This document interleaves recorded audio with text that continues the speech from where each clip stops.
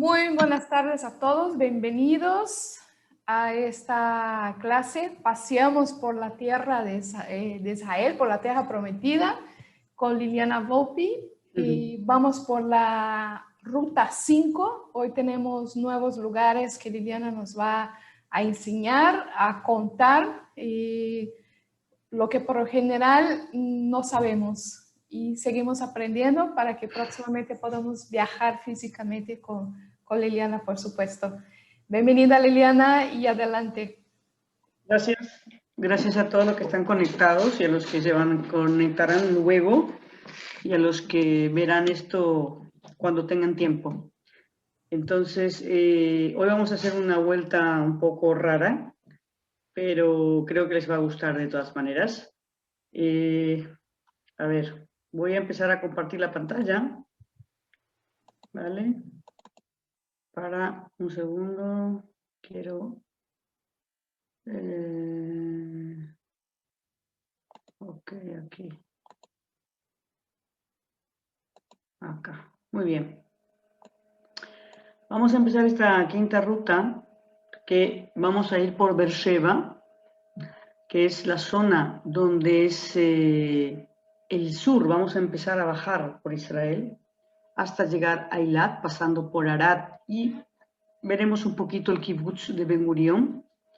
De ahí vamos a saltar otra vez hasta Galilea para pasar por Rosh Hanikra, la frontera con el Líbano, Aco, la zona de los hospitalarios, Haifa, y donde nace la orden de los carmelitas. ¿Vale? Quiero que miren el mapa porque si se dan cuenta está la zona del sur. Toda esta zona, aquí tienen a Beersheba, ¿lo ven? Esto es Beersheba. La palabra Beersheba quiere decir 7 pozos. Ber es una palabra en arameo, que es pozos. Y Sheba es 7, Beersheba, de ahí el nombre. Nosotros vamos a ver Beersheba, vamos a pasar un poquito también por Arad, que está un poco más abajo. Vamos a llegar hasta Eilat, que está aquí. Eilat es la frontera que hay con Jordania, con Egipto. Si yo cruzo a Egipto, llego al monte Sinaí, o por lo menos lo que nosotros conocemos hoy como el monte Sinaí, porque el real monte Sinaí no se sabe exactamente dónde está. Y el Mar Rojo, donde está Eilat, yo miro en la zona de enfrente, tengo Arabia Saudita, ¿vale? Pero vamos a empezar. Beersheba, como les decía, quiere decir 7 pozos. Es una ciudad al sur de Israel, donde aparece en la Biblia, es la parte del desierto del Negev. Recuerda que cuando hablamos del desierto, en la clase anterior, hablamos del desierto del Negev, que generalmente era desde la zona de Masada, bajando, todo eso se llama Negev. La palabra Negev quiere decir seco, es un lugar. Ahora, el desierto de esa zona no es un desierto como el que nosotros estamos acostumbrados a ver en las películas, con la arena, y que no. Es un desierto de piedra, tiene mucha piedra, pequeñas, en algunos casos más grandes, pero ese es el desierto. Ahora, en la parte de la Biblia, aparece en el libro de Génesis cuando se firma un pacto con Abraham. Cuando Abraham sale de Ur, el primer lugar que llega, y por eso se llama Beersheba, es donde él compra esos pozos para poder tener agua para toda la familia con todo lo que viajaba. También aparece en el libro de Josué, en Josué 19:2, era una ciudad meridional. Y hay generalmente cuando queremos, en aquella época, estamos hablando del año 1200, 1300 a.C., se decía de Dan a Beersheba. De Dan es la zona donde nosotros empezamos nuestra primera ruta, la zona del Golán, hasta Beersheba abajo. Quiere decir que todo eso era el reino, para describir un solo reino. ¿Ok? Esto era Beersheba. Esta foto, perdón, quería anterior. Esta foto es Beersheba cuando recién empieza a andar, digamos.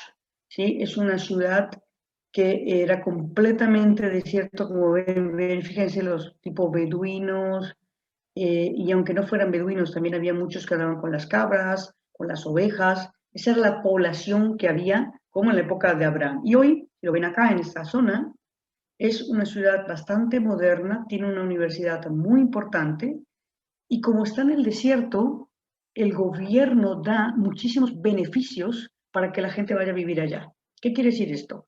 Si yo tengo que pagar, lo mismo pasa en Eilat, si yo tengo que pagar un 21% de impuestos aquí, en cualquier otra ciudad, en Haifa o en Tel Aviv o en Jerusalén, en Beersheba solamente pago entre un 7 y un 10%. O sea, hay beneficios para comprar, hay beneficios para no pagar tantos impuestos. Es una forma de incentivar que la gente vaya a vivir a esa zona. Porque lo que quiere cualquier gobierno en cualquier país es descentralizar un poquito las ciudades grandes, como Haifa, Tel Aviv o Jerusalén, que son las ciudades más grandes, ¿vale?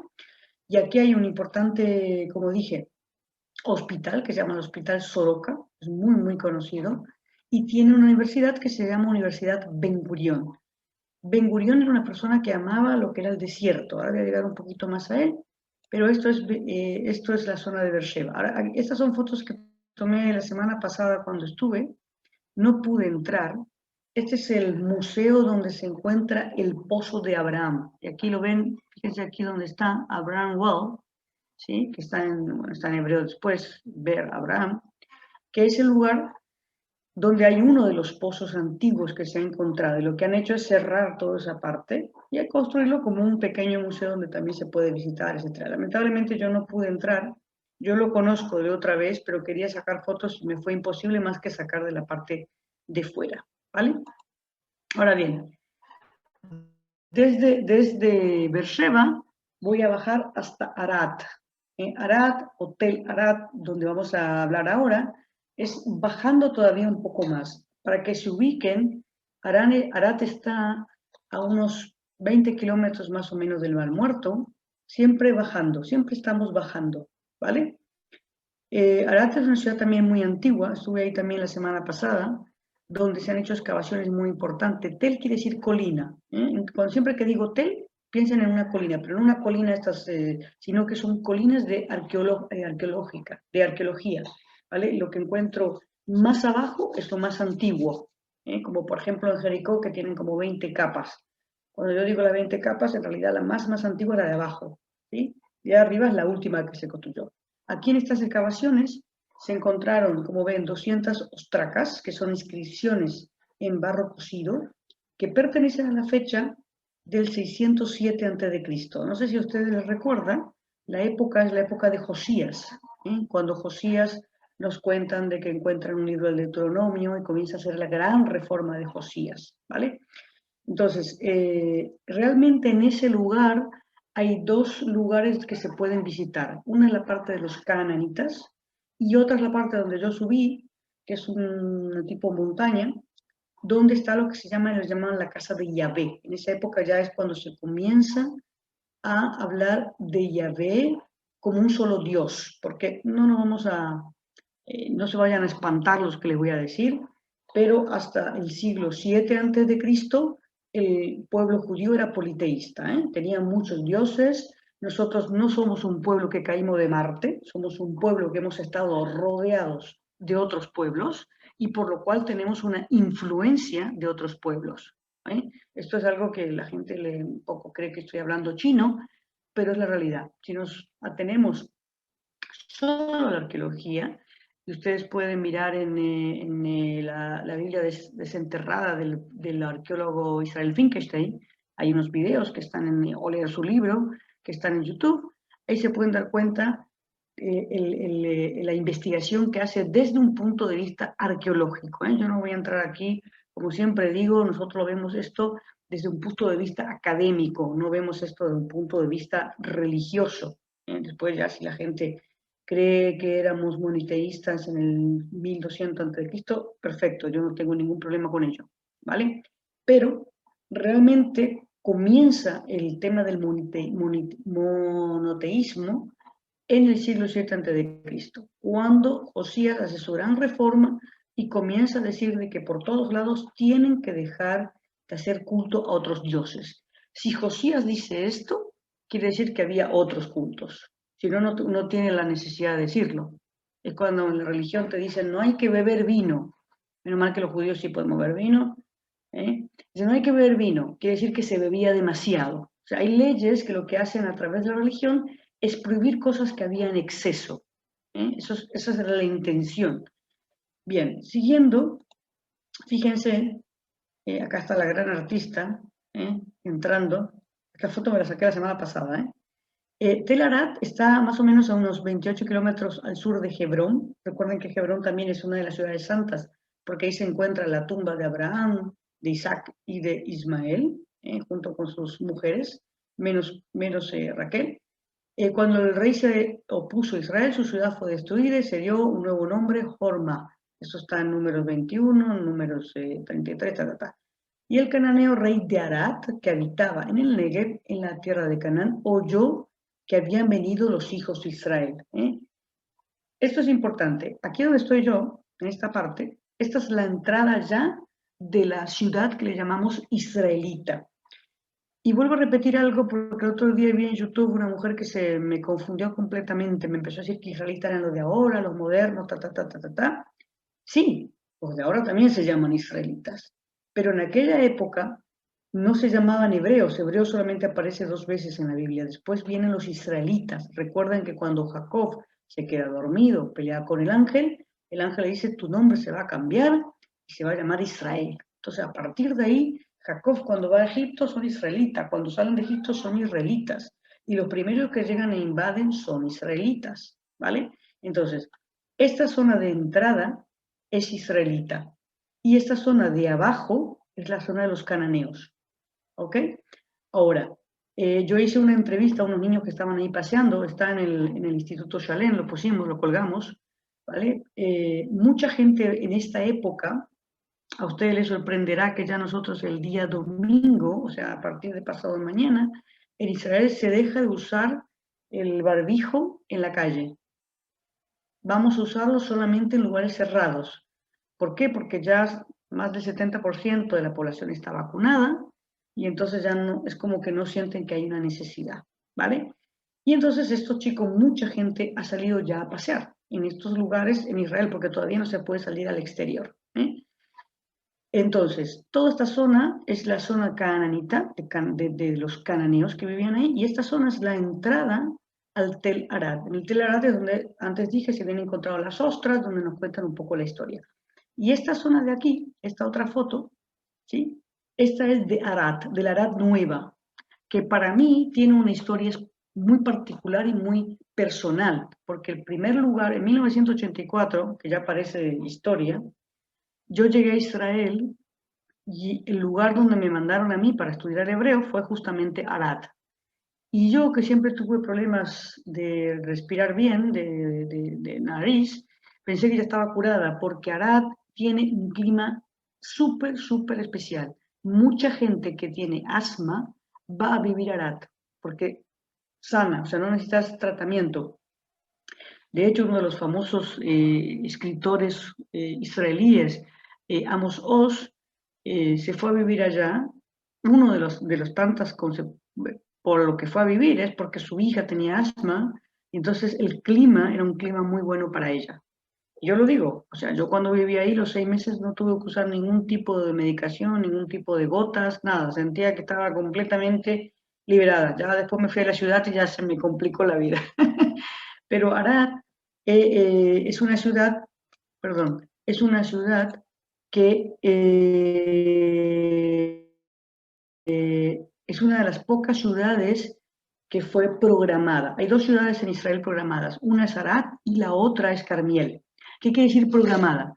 Que hubo una forma, sí, ¿qué? Liliana, antes que ¿Qué pasó? prosigas, tengo una pregunta. ¿A qué se debe esto de esta región? Dime. ¿Por qué la gente ahí no tiene problemas de asma? ¿A qué se debe esto? Por el clima, el clima. A ver, la ciudad está aquí, ¿ok? Y todo alrededor es desierto. Lo mismo que construyeron antiguamente, si te fijas, es lo mismo que construyeron la ciudad ahora de Arad. Entonces, al ser un desierto tan seco, parece ser que eso es lo que hace bueno al tema de la enfermedad, de cualquier tipo respiratorios, de asma, etc. Eso es lo que hace bueno. Lo mismo pasa con la gente que tiene, por ejemplo, en el Mar Muerto, que tiene problemas de piel, ¿vale? No es que psoriasis, por ejemplo, hay muchísima gente que viene a hacerse tratamiento de psoriasis porque realmente casi te saca, no te cura del todo, pero te saca muchísimo de la psoriasis. El clima seco de Arad es lo que hace que no tengas ningún tipo de problema para respirar. La humedad no es muy buena, digamos. Aparte la humedad te baja la presión, en fin, tiene otro tipo. Ya me dirás tú que estás ahí en Cancún con la humedad, ¿vale? Bueno, sigo, continúo. Si sigo bajando, voy a bajar hasta donde le decimos el kibutz de Ben Gurión. En realidad el kibutz se llama Sde ¿eh? Ben Gurión fue el primer ministro que tuvo el Estado de Israel. Y es muy probable que sin él no tendríamos el Estado constituido. Fue un gran político, un gran estadista. Para los que me están escuchando, todos me están escuchando en español, sepan que Ben Gurión aprendió español solamente porque quería leer el Cervantes en la lengua madre. Este señor sabía más de 10 idiomas, ¿vale? Era polaco, como ven ustedes, y fue 2 veces ministro de Israel entre 1948 y 54 y entre el 55 y el 63. Perteneció a lo que hoy podría ser el laborismo en el partido, pero que cambió, digamos, y él decidió irse a vivir a ese kibutz. Es más, después pidió también ser enterrado en ese lugar. ¿Ok? Los ministros pueden ser enterrados en el monte Herzl. Y ya la semana, cuando estemos en Jerusalén, daremos la vuelta por el monte Herzl. Sin embargo, tanto Ben Gurión como Menachem Begin está enterrado en el Monte de los Olivos, pero Ben Gurión pidió exclusivamente ser enterrado en el desierto. ¿Por qué? Por la misma causa que yo conté en la anterior clase, que el desierto es tan importante para el judaísmo. En el desierto nos encontramos con Dios. Moisés salió del desierto, los judíos llegaron del desierto. Jesús fue al desierto antes de subir a Jerusalén, Pablo anduvo en el desierto. O sea, el desierto es un punto muy, muy importante. Y él pensaba de que así como los nabateos pudieron vivir los nabateos son los de Jordania, lo que hicieron Petra, ¿sí? Pudieron vivir y comercializar tanto la zona del desierto, nosotros los judíos también podíamos hacer.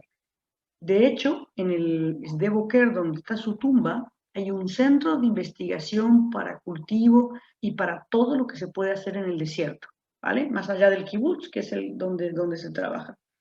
Esta es la casa de él. La casa está exactamente igual como estaba. Fíjense los muebles viejitos ya, ¿vale? No tengo aquí fotos. Él tenía otra casa en Tel Aviv también y ahí hay una biblioteca impresionante. Pero no estamos todavía en Tel Aviv, o sea que Tel Aviv ya hablaremos en Tel Aviv. Y esto que ven acá, que le parece una maravilla, son las tumbas. Está él y Pola, su señora. Y tiene una vista maravillosa. Yo no sé si lo verán desde ahí ellos, pero yo la he visto he ido muchas veces y realmente se ve todo el desierto, que es lo que él había pedido, ¿vale? O sea, se cumplió su pedido, ¿vale? Bien, para que nos fijemos otra vez en un mapa, voy a seguir bajando. Miren, esto es Eilat, ¿vale? Fíjense que está ya al final de Israel, ¿sí? Este es el Mar Rojo, Jordania y la zona de Egipto. Aquí tienen el Cairo. Ojo que desde Sinaí al Cairo son 6 horas en autobús, ¿ok? Y los caminos son bastante feitos. Pero bueno, llegamos a Eilat. Eilat es una ciudad portuaria y turística que está, como ven, al lado del Mar Rojo. Tiene una cantidad de peces de todo tipo de colores. Son preciosos, preciosos. Es la reserva natural del Coral Beach, que le llamamos, ¿vale? También para irse a vivir a Eilat hay muchísimas, ¿cómo se dice? Se paga muchísimo menos de impuestos en todo, en la comida, en las casas, etc. Lo que ocurre es que Eilat tiene un puerto importante, pequeño, porque el puerto más importante está en Haifa, está Ashdod, Haifa y Eilat, pero Eilat, al estar en un lugar tan fronterizo, tengan en cuenta que tenemos 3 países, tenemos enfrente a Arabia Saudita, A la derecha tenemos a Egipto y a la izquierda tenemos a Jordania. Entonces es un lugar donde el tema portuario es muy importante, ¿vale? Y donde la gente trabaja mucho, ya sea en esa zona de puerto o en el turismo. O para los israelíes ir a Eilat es como ir afuera del país. Ellos dicen, me voy afuera del país, a Hutzlaret, dicen ellos. También los precios son caristos, porque Eilat no es un lugar económico. Por eso mucha gente cruza a Egipto y se va al Sinaí, donde los precios de hotel y todo son bastante más bajos, ¿vale? En fin, el Mar Rojo, que es el que tenemos, uy, perdón, se me fue, quiero hacer una cosa aquí, ¿qué pasa hoy? Listo. El Mar Rojo no es porque el mar sea rojo, porque la gente cuando llega cree que el mar está completamente rojizo, no. Es porque el nombre deriva de unas fuentes griegas, como siempre lo vengo poniéndole nombre a todo, ¿sí? Heródoto, Estragón, hablan de este mar, ¿sí? Le llamaban Arabisch Sinus, o sea, le llamaban el Golfo Arábico. ¿Sí? Luego cambia esto. Una teoría dice que son por las montañas cercanas, que tienen minerales rojos, y eso se llama Arei Adom. Adom es rojo en hebreo, ¿vale? Y por esa razón dicen, hay muchas teorías que le pusieron el Mar Rojo, ¿vale? El mar tiene 2.200 kilómetros de largo y su ancho máximo es de 335 kilómetros. La profundidad máxima es de 2.130. También posee extensas plataformas de escasa profundidad. Es un lugar precioso para nadar y la gente que le gusta el buceo es el lugar ideal. Ideal. Ahí viene mucha gente a bucear. Les voy a mostrar. Miren, este es el acuario donde, ¿lo ven? Esto en realidad es un museo donde los peces te vienen a ver a ti. ¿Por qué? Porque uno entra hasta ahí, baja y baja al mar. Baja completamente al mar, está protegido por vidrios. Entonces tú te pones ahí y los peces vienen. Los peces, los animales, todo el mundo, todos ellos te vienen a ver. Tú eres el que ellos están mirando. En realidad no eres tú el que está mirando a ellos, ¿vale? Es una maravilla. Aparte hay una zona también, bueno, por supuesto, donde hay tiburones, donde tienen delfines, también se pueden nadar con delfines. O sea, es una zona donde hay muchísima actividad turística. Eso es Eilat. Ok, voy a seguir. Y ahora voy a saltar, bien lejos voy a irme. Esto es Rosh Hanikra. No sé si, a ver, voy a volver al anterior porque quiero mostrarles en el mapa. No sé por qué esto se puede subir aquí más arriba. No. Bueno, Rosh Hanikra está arriba. Esto es Haifa, como ven. Aco, no sé por qué no se ve muy bien ahí. Y más arriba, si lo miran en un mapa, está Rosh Hanikra. Rosh es cabeza. Nikra es lo que golpea el agua. Fíjense, les voy a mostrar esta maravilla. ¿Lo ven? Esto es Rosh Hanikra. Este es el agua de Rosh Hanikra, que está en la frontera con el Líbano. El Líbano está acá, o sea que nos hemos saltado hasta arriba. Hemos vuelto al norte. Después del sur, hemos vuelto hasta la zona del norte para luego empezar a bajar otra vez, ¿vale? Ahí tienen, son grutas donde uno puede entrar, se baja con un teleférico. Esto pertenece, lo comercia a un kibutz, que paga, por supuesto, la entrada, etcétera. Es maravilloso. Y esa zona era una zona donde había un tren hasta el año 1943. Los ingleses hicieron un tren para llevar todo mercaderías desde el año 1936 hasta el 43, donde los judíos, cuando comienza la guerra un poco entre los mismos judíos, los árabes que estaban ahí y los británicos, que eso es otro tema de por sí, que alguna vez lo contaremos, lo que hacen es reventar ese tren, o sea, esas vías del tren, no el tren, las vías del tren, para que no se traigan armas desde el Líbano.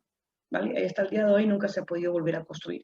Entonces, aquí, fíjense qué belleza, son todos rocas, la gente puede nadar ahí, y muy cerca de ahí también hay mucha vigilancia de la Marina de Israel, ¿vale? Las grutas es un fenómeno natural espectacular. El sendero del acantilado expone las grutas, cuevas marinas. El agua de lluvia penetra lentamente y va rompiendo las rocas. Por eso es nikra, como que rompe, como que llover, como se llama en hebreo. ese es el nombre, ¿eh? Y Rosh porque está en la cabeza, ya está al final, en la zona de Galilea, en la zona del norte, está al final ya con la frontera, ya después pasaríamos a lo que es el Líbano, ¿vale? Esto es Rosh Hanikra. Fíjense, es una maravilla, es muy bonito. Perdón, les voy a pasar de nuevo para que lo vean bien, ¿vale? Nosotros lo que hacemos es bajamos y entramos, damos toda la vuelta por allá, por supuesto hacemos la foto, ta. Hay también una película que muestra un poquito la historia del lugar en todos los idiomas y después se hace ese paseo, después volvemos a subir otra vez con el teleférico. Y nos vamos hasta Aco, Aco, Acre y Aco. Lo puse así porque lo pueden llegar a ver de tres formas diferentes, ¿vale? Una antigua leyenda relata que el gran mar inundó el mundo y cuando llegó a la costa de Acre paró. Eso aparece en el libro de Job. Dice, llegarás hasta aquí y no pasarás, dice, ¿no? La palabra aquí se convirtió en acá, y de ahí aco, y de ahí acre. Fíjense cómo también al principio fue escrito en acario, pero no quiero complicarles a ustedes con otras lenguas. Así es como llega, digamos, acre, ¿vale? Algunos le dicen aco, acre, aco. Fíjense cómo está escrito, porque lo pueden ver de esa manera, ¿vale? Las cuatro religiones que se establecieron en ese lugar son la judía, la cristiana, la musulmana y también los Bahá'í. No voy a hablar mucho del Bahá'í porque cuando lleguemos a Haifa vamos a hablar un poquito más de ellos, ¿vale? Sin embargo, me voy a dedicar un poquito más aquí al tema del periodo cruzado, porque es, digamos, hay dos épocas muy importantes en Acre, una de ellas es la época de los cruzados y otra es la época del Yazar, estamos hablando del siglo XVIII, ¿vale? El periodo cruzado, como saben bien ustedes, las cruzadas empiezan cuando el Papa Urbano II, en el concilio de Clemón, llama a los fieles, perdón, esta es la zona de Aco, que es, ahora voy a contarles lo de las cruzadas. Esta es la parte de muralla que todavía queda. Aquí había un palacio, una fortaleza, perdón, aquí había una fortaleza de los templarios, también vamos a hablar de ello. Y aquí lo tienen, este es el concilio de Clemón, donde el Papa Urbano II dice que hay que ir a liberar a la Tierra Santa de los musulmanes. Esto fue en el 1095. Por supuesto, hasta que se armaron, hasta que llegaron. Eso ocurre, ellos llegan realmente en el 1099. Pero no es como ahora que podemos tomar Iberia o Turkish. Tienen que hacer toda la zona, pasar por la zona de Estambul, ¿ok? Para entrar a la zona de Israel. En esa época se llamaba Palestina, ¿vale? Entonces, realmente este concilio y estas cruzadas va a cambiar el rumbo de la historia. Lo que ocurrió aquí no vinieron solamente para salvar el Santo Sepulcro, eso es una de las cosas que dicen. Venían porque en Europa no había mucho que comer, había un espíritu aventurero completamente, el Papa quería extender sus dominios en esa zona, había también todo un espíritu de caballeroso, de caballero, aquellos que se ponían todas las armaduras y todas estas cosas, ¿vale? Hubo más o menos, muchos hablan de 6 cruzadas, otros hablan de 8 cruzadas. Hay una pelea ahí entre los historiadores. Las cruzadas más importantes, la primera no fue tan importante porque Pedro el Ermitaño, que dijo, hay que ir porque hay que salvar, porque el Papa prometió que todos aquellos que llegaban a la Tierra Santa y se liberaban el Santo Sepulcro, iban a estar ya limpios de pecado, la absolución completa. Entonces, claro, aparte, evidentemente querían buscar tierras, querían buscar oro, querían buscar riquezas, ¿sí? Y esa fue también una de las causas que vieron, lo mismo que hicieron cuando fueron a Latinoamérica los españoles. No es que fueron a evangelizar solamente, fueron por otros motivos, ¿ok? Y aquí pasó esto, ¿ok? El Papa dice, hay que ir, hay que salvar, hay que limpiar.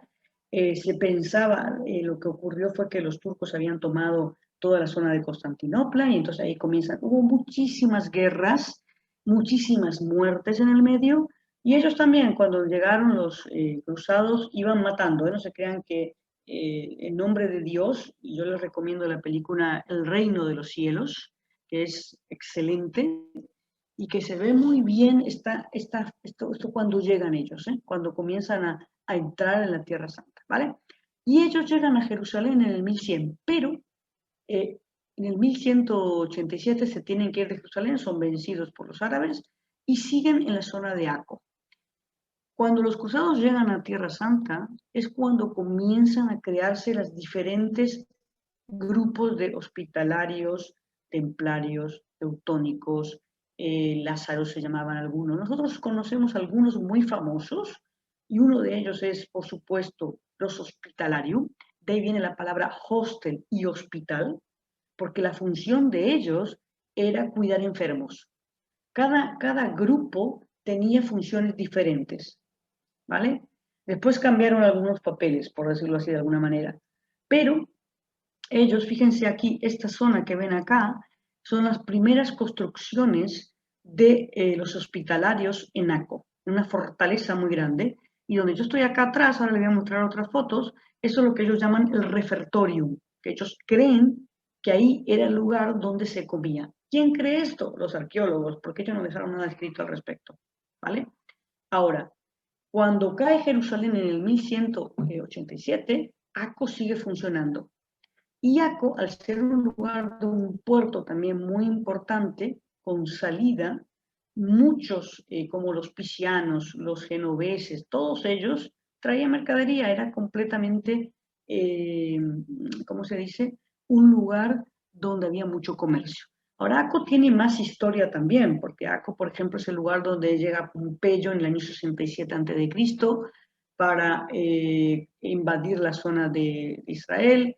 Es el lugar donde llega Pablo también, en uno de sus tantos viajes. Toda esa zona pertenecía a lo que se llama la tribu de Asher.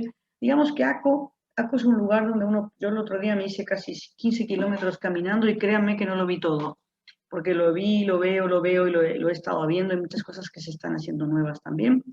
Y me encanta pasear por Acco. Donde yo estoy ahora, que estoy en Haifa, a Acco son media hora en el tren, o sea que eso no es absolutamente nada, está muy cerca.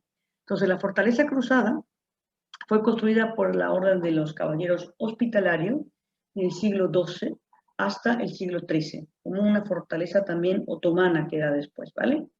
En la época otomana, cuando hablamos, estamos hablando más o menos a partir del siglo XVIII, ¿ok? Ahora, todo eso que ustedes ven ahí estaba... Sí, dime, ¿qué pasó? Antes que pases al siguiente tema, a mí me surge una pregunta que ya había visto, de Dime, hecho, que comentaste en el video que nos enviaste. sí. ¿Qué base, Liliana, qué base o fundamentos tienen los arqueólogos para creer que esta parte era un refectorio? Entonces, ¿sabrías Bueno, decirnos? lo que, sí, lo que ocurre es que ellos dicen, ahí tienen varios motivos. Primero, la forma de construcción de este repertorio es ya cuando comienzan a llegar más franceses y se ve esto en la construcción. ¿Por qué? Porque va pasando de un románico a un gótico. No es ni románico ni gótico, es el pase de uno a otro. Eso punto uno. Y es los lugares en Europa donde se comía, donde estaba todo el mundo que comía y siempre había uno que estaba diciendo la Biblia, cuando los demás comían, eran muy parecidos a estos. Y por eso ellos llegan a esta conclusión, ¿vale? Yo digo, no está nada escrito. Mañana puede venir a Sí, encontrar no, alguna otra cosa. ¿No? es que me quedo pensando, a pesar de que no hay nada escrito, pues ellos tienen que haberse basado en algo para llegar a esa conclusión, Claro, ¿no? claro. Ellos se están Me quedó basando la en duda. lo que ellos conocen de Europa, en lo que ellos conocen de Europa. Y lo otro también es,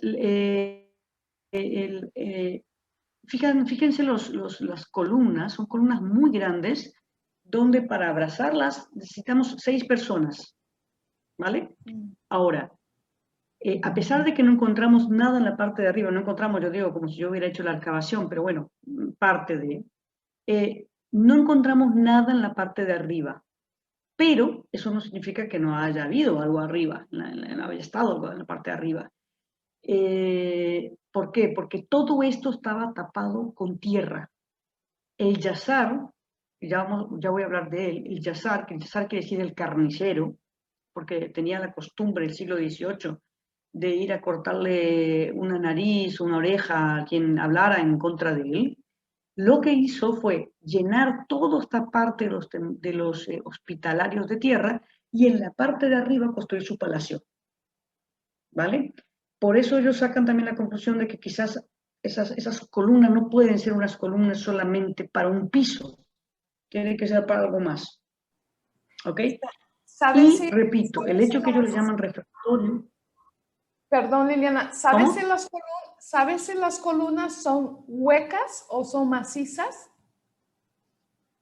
Son macizas, son Ah, macizas, son macizas. Entonces ahí también hacer una columna tan grande, maciza, no puede ser para un solo piso. Es muy alejado de la realidad, ¿vale? Se basaron, ya te digo, porque en Europa había ese tipo de construcción y por esa razón, digamos, ellos consideraron que eso era el lugar donde se comía, ¿vale? Desde ahí, nosotros no lo vemos ahora, está tapado, de hecho, hay un túnel, ¿eh? Que en la época que yo conocí esto, hace 30 años, no teníamos ni luz, andábamos, nos agarrábamos de la mano, me acuerdo, para ir pasando por el túnel. Ahora está tapado, pero ese túnel llevaba directamente a los hospitalarios hasta la zona del puerto. Ahora, toda esta gente que llega y mata y mata y mata y mata, evidentemente tenía que hacerse unas fortalezas muy grandes, porque la gente que queda viva, que son los que trabajan, eh, son enemigos a la larga. Ellos están, digamos, dentro de un lugar donde no los quieren. Entonces, todo eso tiene que ser muy fuerte, muy conciso, para que, digamos, si alguien los quiere atacar o lo que sea, que eso pasó después, en el año 1291 se tienen que ir. Tienen que ir y se van a Rodas. Tienen que huir, de hecho. Entonces, estaban precavidos por lo que pudiera pasar, ¿vale? Seguimos paseando. Ese es con mi amigo Eduardo, que me acompañó a pasear. Fíjense estos pasadizos, todo esto está dentro de lo que se llama la ciudadela de los hospitalarios. Hay también una iglesia, hay una zona que era el hospital, hay una zona donde era como un tipo correo, donde estaba el caballo, se mandaban los correos, no correo electrónico, eso tardaba un poquito más que ahora, ¿vale? Bien, vamos a seguir. Fíjense, esta es otra habitación, esta es otra habitación que ellos tenían. Ahora, la vida que ellos llevaban ahí era, ellos se casaban, no es que no se casaban con mujeres de ahí, ponían unos telares así y se guardaban, y esa era la intimidad que tenían. Y los niños que nacían ahí, los que eran varones, evidentemente, podían leer y escribir y aprender a usar las armas, mientras que la mujer tenía que aprender a cocinar y a bordar. La mujer no hacía nada, y limpiar, por supuesto, ¿vale? Ahora, fíjense en esta figura que hay acá, es justamente cuando los musulmanes están hablando con los mismos cruzados. ¿eh? Los cruzados caen en lo que se llama Carnegitín, en el año 1291, un 3 de julio, que hacía un calor terrible, me imagino, como hace en julio, pero ellos estaban vestidos con todos sus, ¿cómo se dice? Eh, con todas estas ropas que usaban en Europa. ¿Cómo es que ¿túnica? se llamaba? ¿Túnica, No, Liliana? los ¿No? caballeros usaban, se me fue el A nombre los ahora. caballeros. Lo Espérame. que usan los caballeros generalmente en las películas, que están todos con armadura, la armadura, Ok. ¿vale? Ellos estaban vestidos con armadura, ¿ok? Con un calor que seguramente andaría por los 35 grados más o menos, como suele ser en esa época, esperando 3 días hasta que lleguen los musulmanes que venían de la zona de Tiberíades. O sea, antes de que lleguen los musulmanes ya la guerra la tenían media perdida, porque un gran problema que tenían en esa época era que no se bañaban, ¿eh?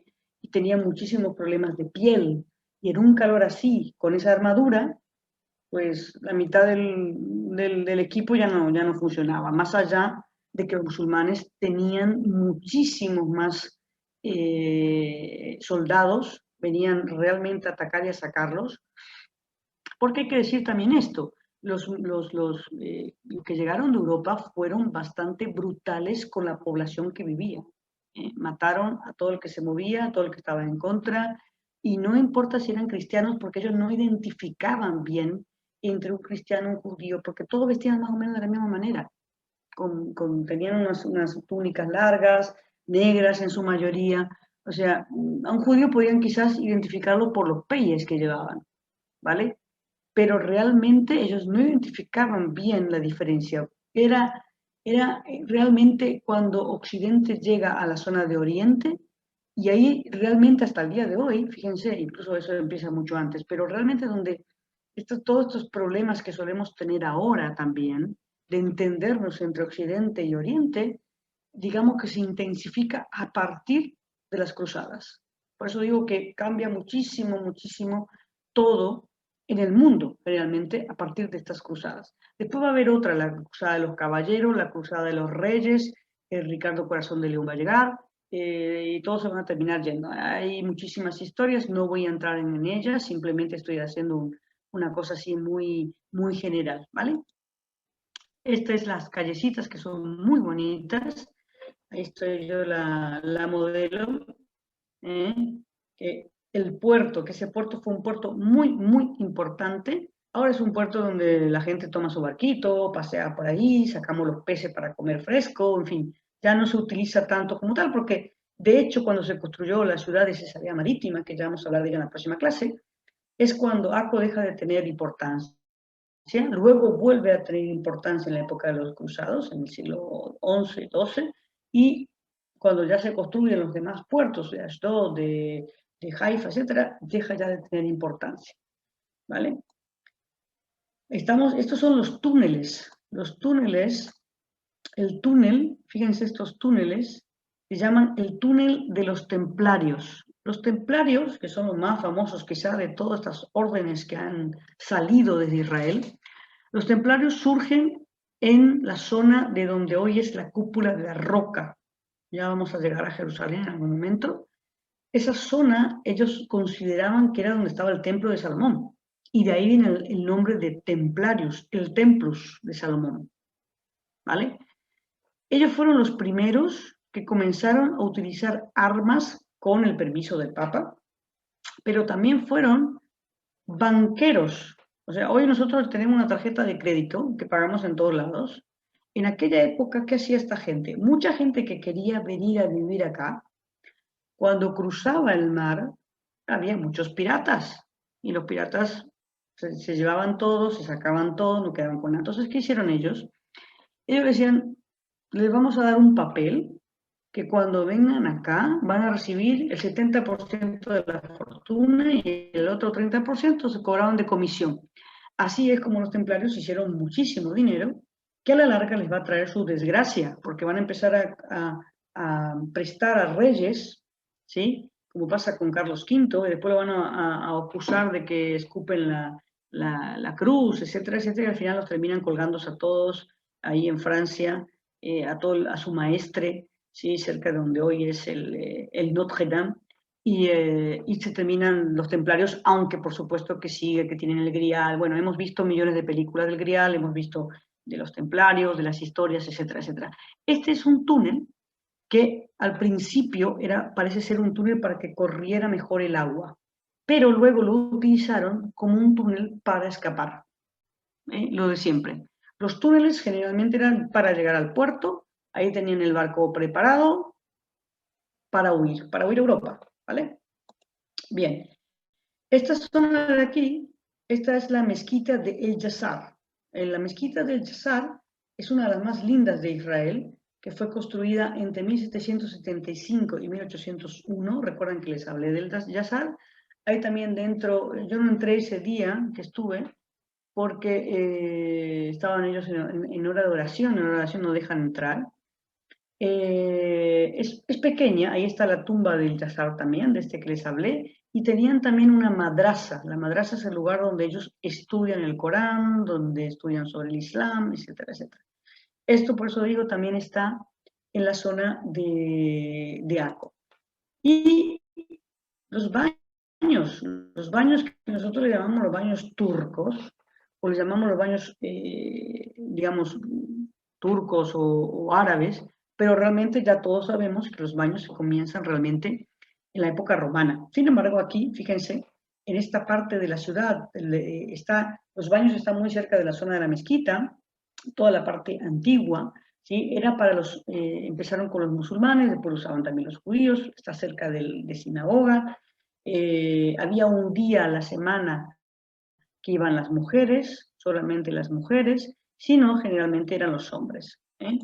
Ellos aquí han recreado toda esta zona, la han recreado y la han dejado muy bonita, haciendo que nosotros vivamos un poquito cómo se vivía en aquella época, ¿vale?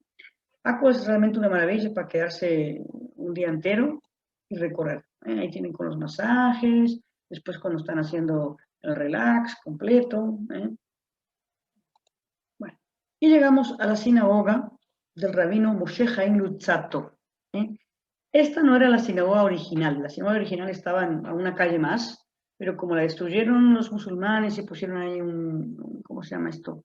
Un minarete, entonces se construyó otra sinagoga muy cerca. Luzzatto fue un rabino muy importante, italiano, veneciano, que era cabalista. Cuando él se comienza a ocupar de la cábala, a él digamos, lo comienzan a criticar. Había muchos grupos que no querían saber nada, que los judíos se ocuparan del tema de la cábala, y él se viene a Acre en el año 1743. ¿Para qué pasa? Hubo una gran epidemia en Acre y él murió. Los 6 meses que llegó falleció. Tenía 36 años, pero escribió un libro muy importante que se llama Sendero de los Justos. Fíjense, aquí hay libros, todos estos son libros, y aquí más o menos de pequeño museo que han hecho, ¿sí? Nos muestra un poco la vida de Luzzatto. Hay también una pequeña película que se puede ver, donde nos cuenta un poco la historia. Es muy bonito, lo han hecho, esto es completamente nuevo, mejor dicho, ya estaba, pero ahora con el tema de la pandemia, realmente estoy encontrando muchos lugares donde los han ajustado, los han limpiado, los han acomodado y han hecho cosas muy lindas y nuevas. O sea, eso es lo que tiene Israel. Israel es un país donde hoy descubrimos esto y dentro de un año vamos a descubrir otra cosa más ahí, dentro de medio año vamos a ver otra cosa más. Siempre se están descubriendo cosas y haciendo cosas. Y todas muy bonitas porque se utiliza mucho también la tecnología, ¿vale? Haifa, la ciudad donde yo estoy ahora. Haifa, esto está en hebreo. En realidad no sabemos realmente el origen de la ciudad del nombre Haifa, pero hay una teoría que no sé hasta qué punto es buena, pero es simpática, digamos así. La palabra Hai es vida, ¿vale? Y Jaffa es bella, sería como la vida bella, ¿vale? Haifa es una ciudad preciosa, es la capital de toda la zona de la Galilea, ¿vale? Acá dice unos 270.000 habitantes, posiblemente haya mucho más, con todo lo que es Crayot. Hay unas pequeñas ciudades alrededor, más o menos en general podrían ser medio millón. Ahora bien, Haifa después de Jerusalén, Tel Aviv, es la tercera ciudad más importante. Por cierto, Beersheba, que la vimos antes, es la cuarta ciudad más importante. Y Haifa es la ciudad muy, muy industrial. Aquí es donde nacen los sindicatos, aquí es donde nacen las primeras votaciones de las mujeres, por cierto. Y hay un dicho que dice, en Tel Aviv nos divertimos, en Jerusalén rezamos y en Haifa trabajamos. ¿Por qué razón? Porque ya digo, toda esta zona es una zona muy, muy industrial, donde hay una refinería de petróleo también, hay un puerto muy importante, Haifa está dentro de los 2 puertos más importantes que tiene Israel. El primero es Ashdod, el segundo es Haifa y después está el de Eilat, que les acabo de mostrar. Y Haifa es una ciudad muy abierta, es una ciudad donde realmente conviven en armonía los judíos, los cristianos y los musulmanes. Aquí cuando el día sábado se cierra todo, podemos comer a la parte musulmana. Cuando los domingos cierran los cristianos, pues los que quieren ir se van para la zona judía, porque aquí la semana empieza el día domingo. Pero aquí cada uno tiene sus fiestas. El día viernes para los musulmanes, el día sábado para los judíos y el día domingo para los cristianos. ¿Vale? Y otra cosa que tiene Haifa. Haifa, cuando comenzó la guerra de la independencia, fue una población árabe que no se movió, no se fue, se quedó. Entonces, ¿qué hicieron estos que se quedaron? Comenzaron a comprarle a todos ellos que huían porque venían los otros países como Líbano, Siria, todos los que atacaron, decían, váyanse porque le vamos a tirar a los judíos al mar, entonces vamos a tomar todas sus casas, etcétera, etcétera. Los árabes de Haifa no pensaron así. Los árabes de Haifa agarraron y compraron, de hecho hay muchos que tienen un nivel económico muy alto, porque compraron viviendas y luego Haifa tiene una población árabe bastante bien asentada. Como digo, aquí hay una casa que se llama Casa Geffen, que comparten actividades los judíos, los cristianos y los musulmanes. Es bastante multicultural esta ciudad. Y están, por supuesto, los Bahá'í, que vamos a hablar de ellos. Fíjense qué preciosura. Este es el templo Bahá'í, ¿sí? De Baha'u'lláh.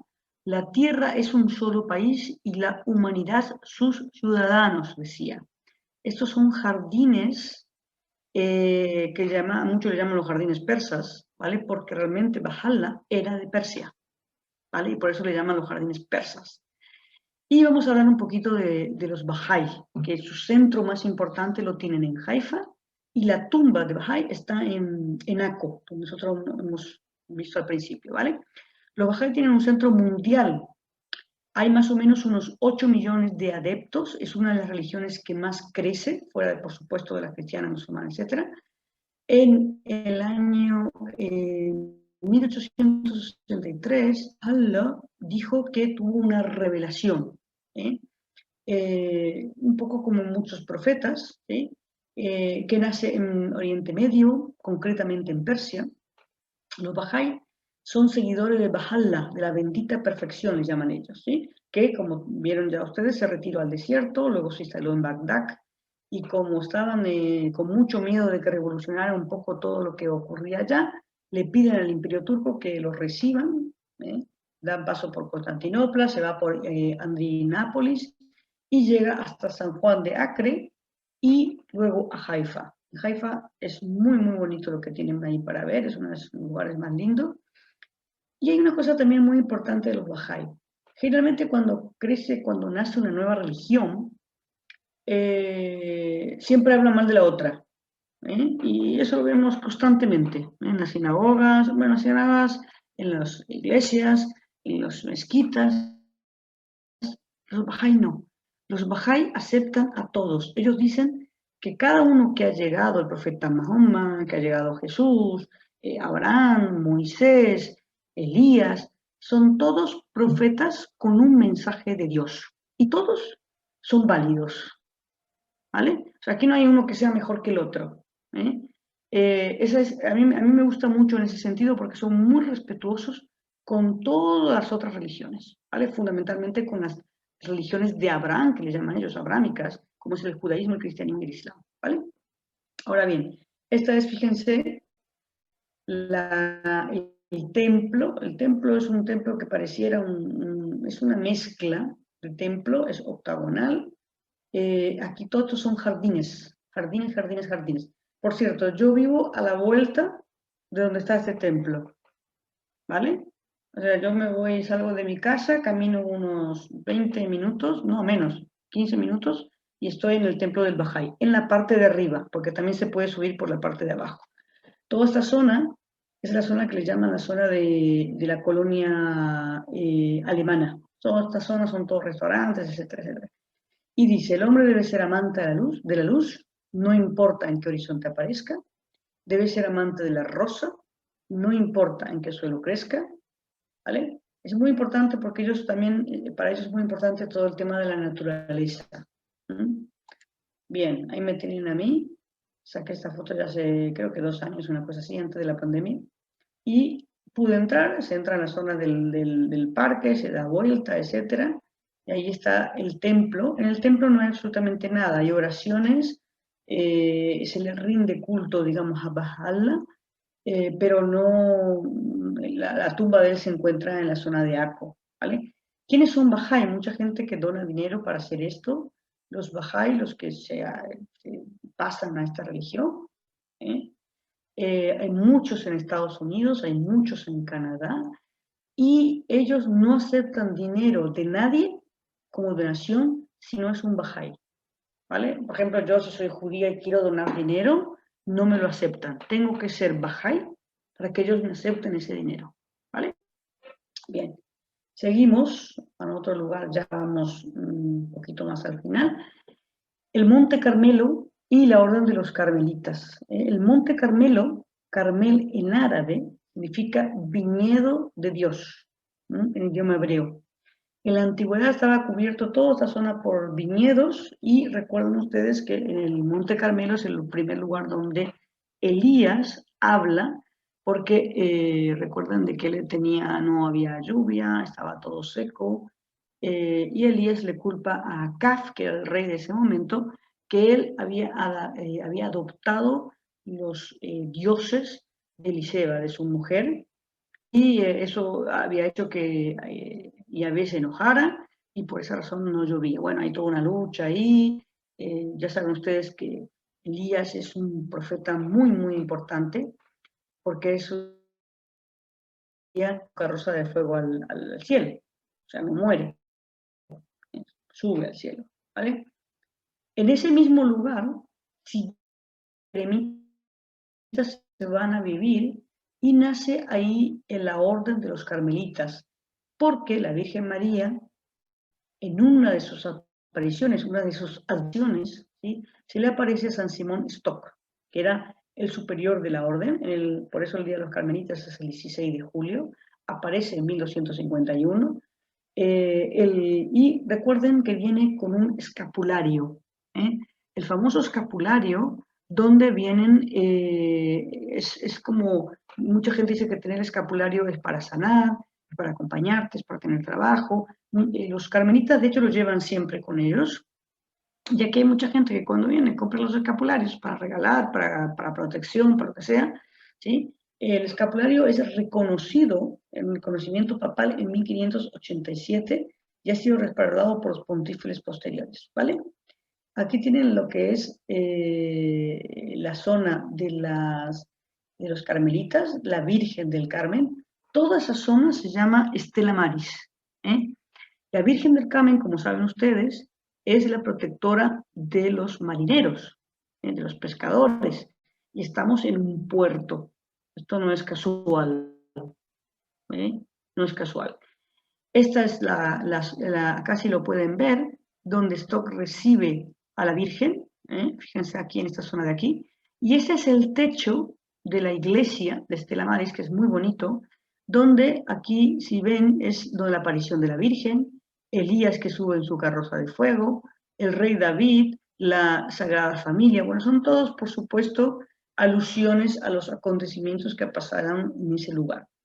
Hubo perdón, voy a volver acá.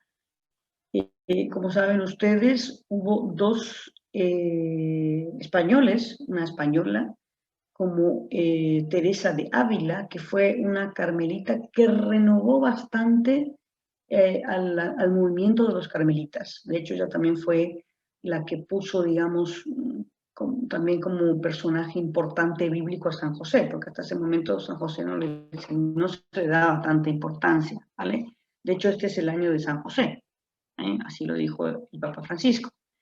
Y en ese lugar es donde se le aparece a Stock y comienza esta advocación de la Virgen del Carmen, ¿vale? Voy a seguir. Ok. Hay un convento ahí que se instala definitivamente en el siglo XVIII, como ven, en 1767.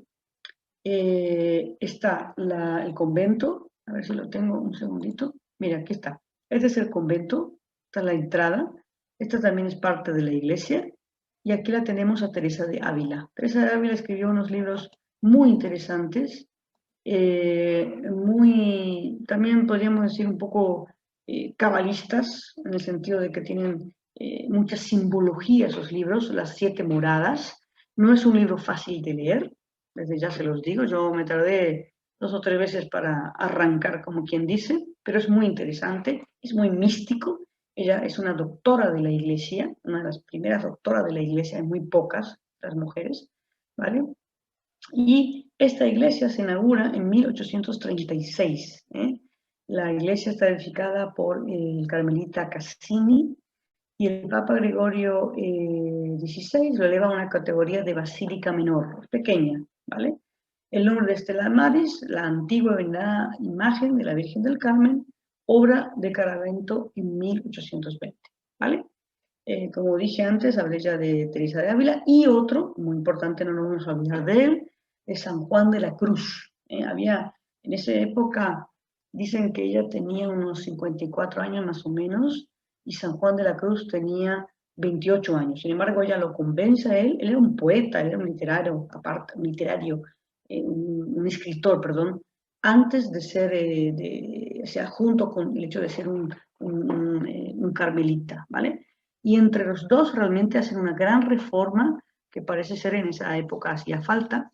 Yo tengo varios libros en España con la historia, aquí no me acuerdo ahora mismo, pero se puede ver muchas historias sobre Teresa de Ávila, y también hay en YouTube mucha información y películas con respecto a su vida, ¿vale? Que por cierto, ella no quería ser monja, ¿vale? Ella quería casarse con un primo, y el padre decidió que no, que se tenía que ir a la monja. Ahora, los padres de ella son judíos conversos. Ellos vienen de la zona de Galicia, de Rivadavia, ¿eh? Y tienen que decidir o quedar siendo judíos o convertirse, porque si no le iban a quitar todo lo que tenían. Se convierten al cristianismo y se van a vivir a Ávila. Posiblemente de ahí es donde ella tuviera tanto conocimiento místico y cabalístico, porque sus obras tienen mucha conexión con la cábala. Solamente lo que ocurre es que si no sabemos bien cábala, nos cuesta más entender, digamos, el mensaje que ella está dando allá, ¿vale? Bien, y acá tienen como les mostré, ¿ok? Esto es también, creo que es la última foto que tengo, esta es toda la zona de Haifa, fíjense qué maravilla. Este monumento que vemos acá está afuera de la iglesia. Es un monumento que se hizo a los soldados en 1799. Napoleón, que quería invadir toda la zona, que no pudo, dejó como unos 1000 soldados ahí que estaban heridos, estaban mal, para que los mismos sacerdotes los curaran. Ahora, cuando los árabes se enteraron, los musulmanes se enteraron que estaban ahí, estaban más o menos, estaban mal heridos, vinieron con todo, los mataron a todos, a los soldados, a los sacerdotes que estaban, etcétera, etcétera. Entonces se hizo este monumento en recuerdo a esos soldados caídos. Fíjense el año que dice acá, 1799, ¿vale? Bien, y creo que aquí terminamos. Yo voy a recomendar 2 libros. Este es un libro excelente, que es Las Cruzadas vista por los árabes, porque generalmente leemos y vemos en YouTube muchísima información sobre las cruzadas, siempre desde el punto de vista cristiano.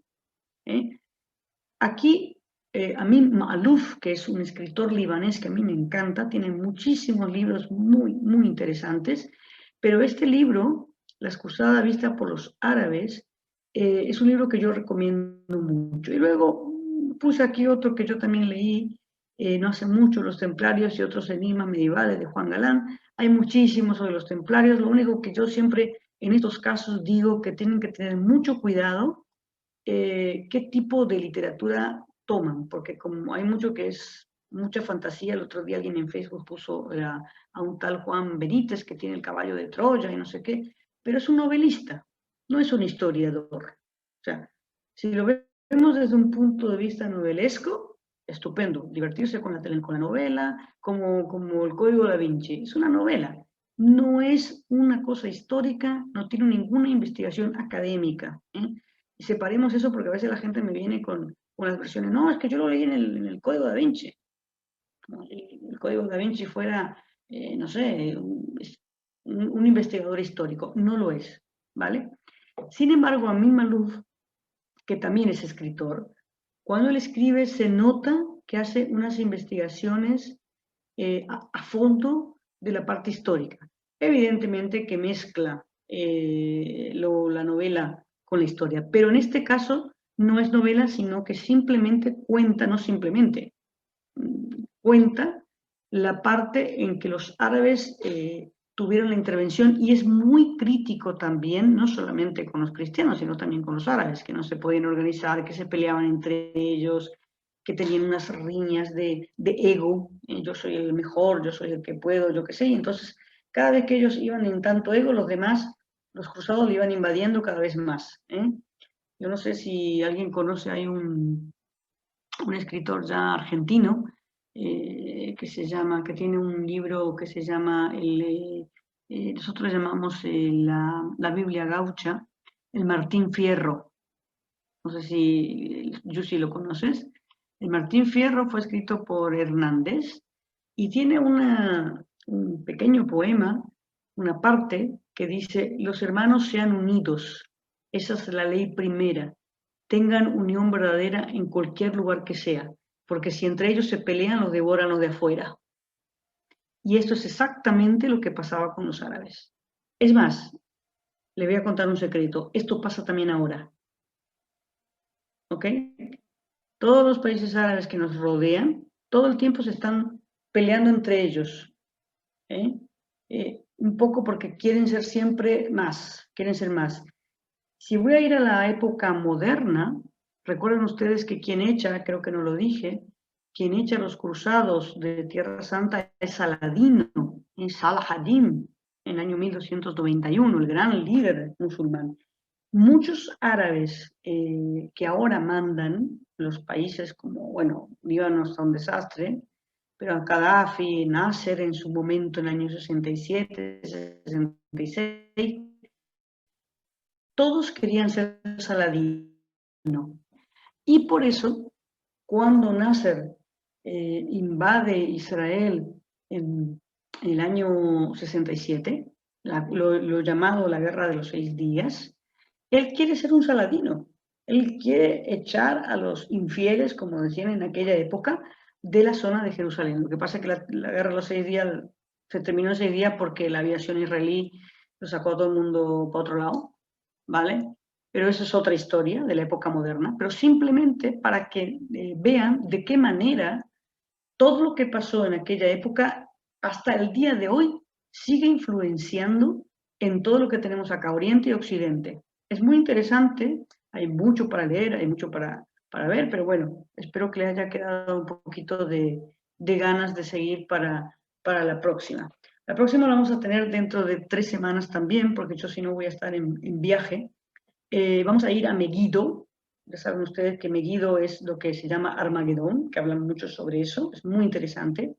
Beit She'arim es donde está enterrado Yehuda Anasí, aquel que fue el compilador de la Mishnah, del Talmud, vamos a hablar también de ello. Cesarea Marítima, que les nombré recién, un lugar construido por Herodes el Grande, muy interesante. Y vamos a llegar a la ciudad moderna, que es Tel Aviv-Yafo, ¿vale? Si me quieren acompañar dentro de unas semanas, igual el Instituto Shalem. Antes que termine, antes que se vayan, es muy importante que sepan que tenemos muchos cursos muy interesantes en el Instituto Shalem y que ustedes están invitados a entrar, a mirar. Hay muchas formas de pago, hay cursos con Marisa Ventura sobre María Magdalena, yo tengo un curso sobre la Virgen María, hay cursos de profeta, hay un curso excelente que se está dando con nuestra doctora García, que es sobre Alejandro Magno y la época helenística, y también tenemos sobre las fiestas judías, que es muy importante, y pronto vamos a tener otros cursos, pero tenemos también muchos cursos del profesor Irving.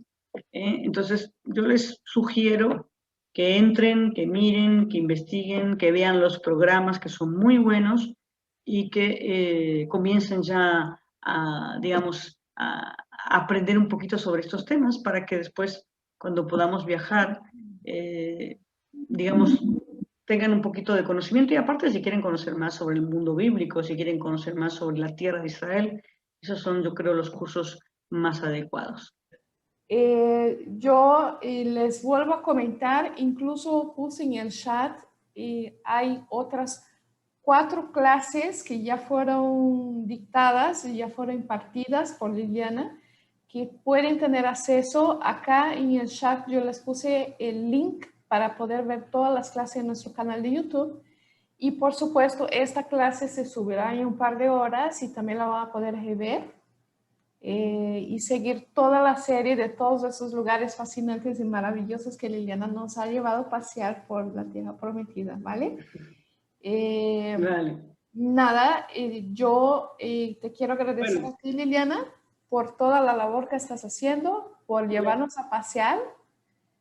Yo creo que vamos a adquirir bastante conocimiento con estas clases de aquí a que podamos volver a viajar. Y esto, la verdad, te lo agradezco, Liliana, que nos traiga todos estos detallitos. Yo he aprendido mucho y estoy segura que los demás también. Y bueno, seguiremos con las clases. Yo quisiera aprovechar nada más, Seguimos más adelante. sí, para comentarles que a partir del mes de mayo vamos a tener una nueva modalidad de cursos en el Instituto Chalén. Vamos a hacer cursos, seminarios, diplomados en vivo. Seguiremos con las clases grabadas, con nuestro amplio catálogo de cursos. Sin embargo, también estamos implementando cursos en vivos. Próximamente iniciamos y les vamos a estar anunciando el primer curso en vivo que vamos a dar. Y así sucesivamente. Estén al pendiente, por favor. ¿Vale? Y no sé, Liliana, si quieres decir algo más, yo solamente me queda agradecerte a ti. Yo muchísimas gracias a la gente que ha estado y muchísimas gracias a la gente que lo ve después, porque mucha gente a veces no se puede conectar a estas horas. Así es. Y nada, nos volvemos a ver en la próxima. Muy bien. En la próxima reunión. ¿Vale? Bueno, Hasta gracias. luego, Laila Tov. A descansar porque ya es tarde en Israel. Muchas gracias. Saludos cordiales a todos y hasta la próxima.